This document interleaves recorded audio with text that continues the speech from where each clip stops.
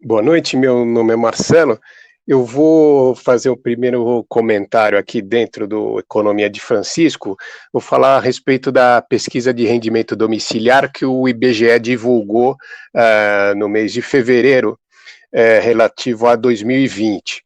Então, nesse quadro, a gente está trazendo aí a série histórica desde o início dessa divulgação dessa pesquisa por parte do IBGE, e o que chama a atenção é que pelo primeiro ano, desde que foi publicada, divulgada, ocorreu uma queda no rendimento mensal dos domicílios aí no país. Caiu 4% em relação ao ano passado. Mas se a gente segmentar um pouco mais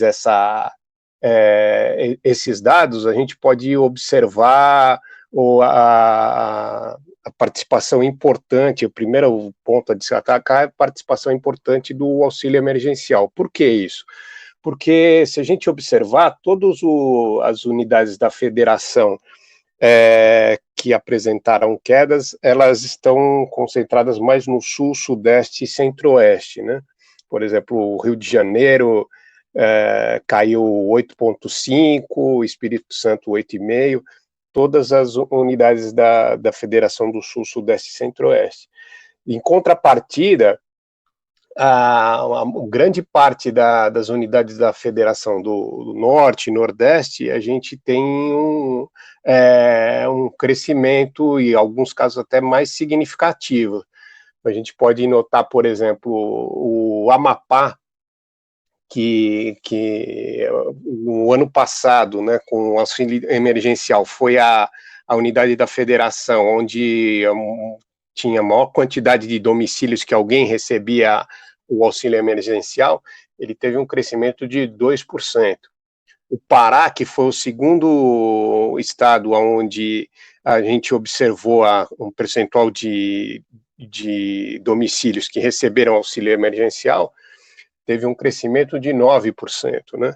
E aí, fazendo um diálogo disso com a cesta básica que o Rodolfo vai mostrar, a gente teve crescimentos expressivos aí de inflação do trabalhador, né? Então, a gente observa em grande parte das unidades queda desse rendimento nominal e crescimento de inflação, né? O que, né, levando ao aumento da carestia e tudo, né?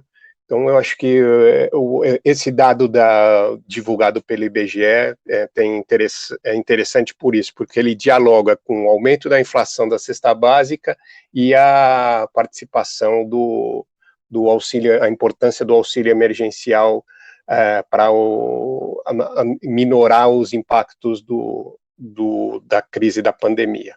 Com isso, eu passo para a Ana.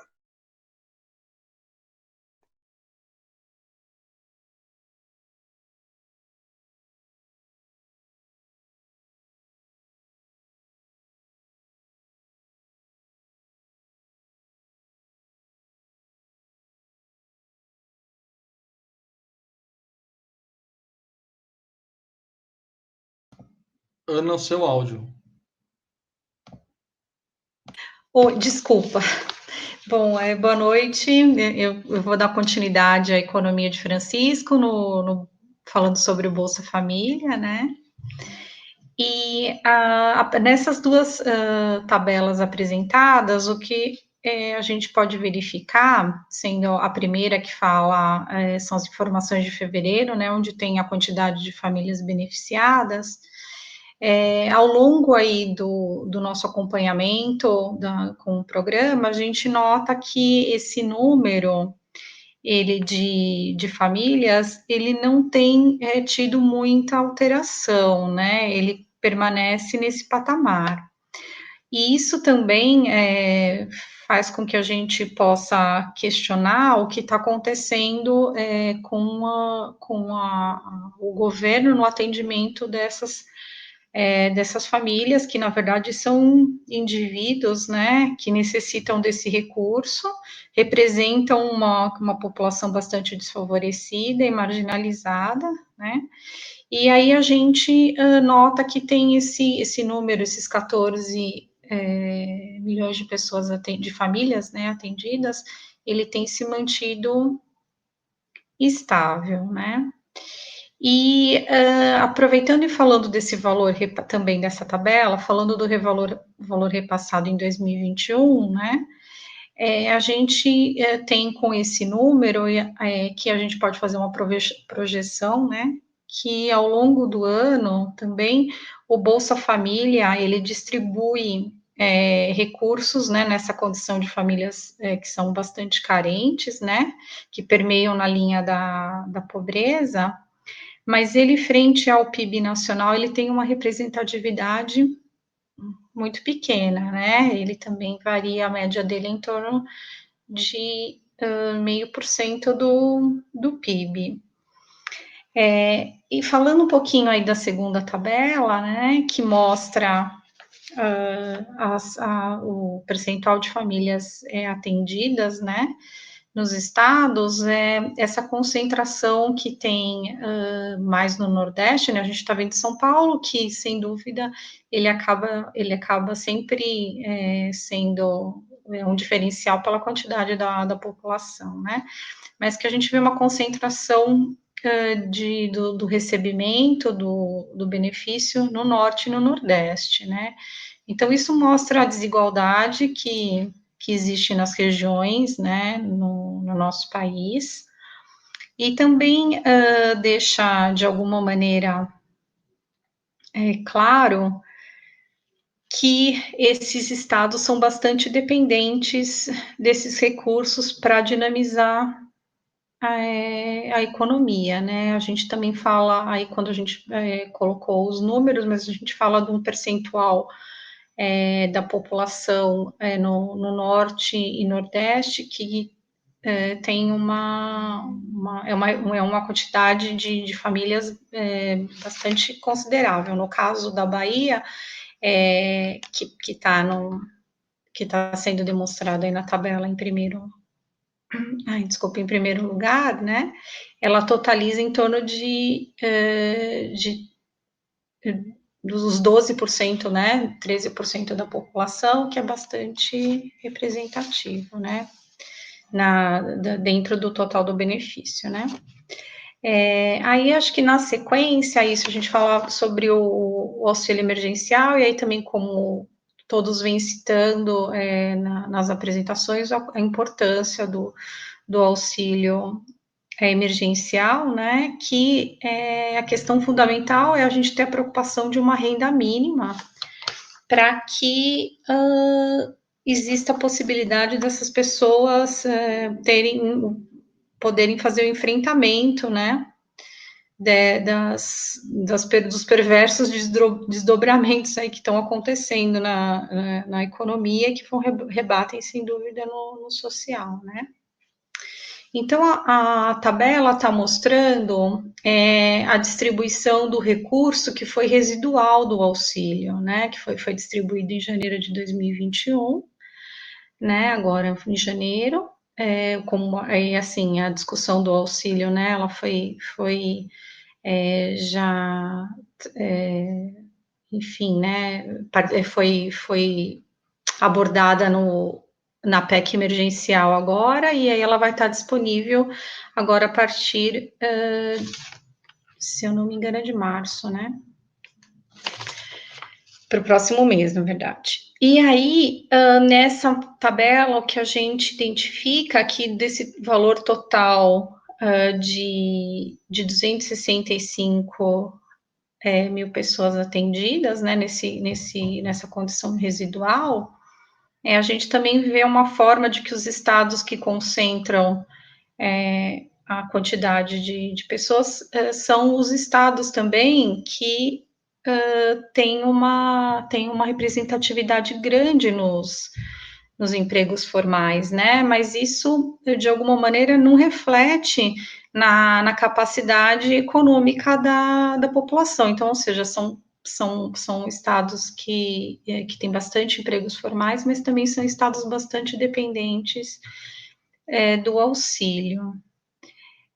Outro ponto aí só para salientar é que a questão do governo, como está tratando, né, esse auxílio, que deveria, ele é um auxílio emergencial e deveria estar sendo tratado com emergência, como na condição de que a gente falou, ele findou em dezembro e aí ele entrou numa discussão com um valor menor, com um período menor, para atender aí essa situação da pandemia.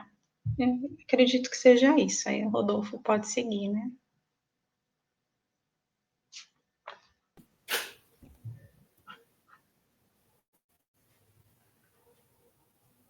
Obrigado, Ana. Cássio, se puder botar a tela anterior a essa, eu agradeceria para começar. Bom, eu sou o Rodolfo, já falei um pouquinho antes sobre o PIB, agora venho falar aqui sobre a cesta básica, né? A gente tem tratado disso há alguns meses já, e isso, obrigado, Cássio. E desde sempre a cesta básica tem tido um comportamento muito similar, né? Tem aumentado muito o preço dos alimentos constantemente. Neste mês de janeiro, que é o mês que a gente está usando de referência, não foi diferente. Das 17 capitais onde tem pesquisa, 13 foram com aumento. E aí eu destaco ali em vermelho os maiores aumentos ou valores de cada uma dessas capitais aí dessa situação, né? Então, em janeiro, São Paulo acabou sendo a cesta básica mais cara, mas não foi que teve a maior variação mensal, né? Acabou ficando com Florianópolis ali de quase 6%, né? 5,8%. E aí a gente percebe que a porcentagem do salário mínimo que vai sendo comprometido cada vez maior, que é o que acaba rebatendo no gráfico seguinte, né? E antes disso, só para avisar, do ponto de vista dos itens, né, as principais variações em janeiro acabaram ficando por conta de açúcar, banana, carne bovina, batata, feijão. E, então é isso, sim, um aumento de diversos itens, né?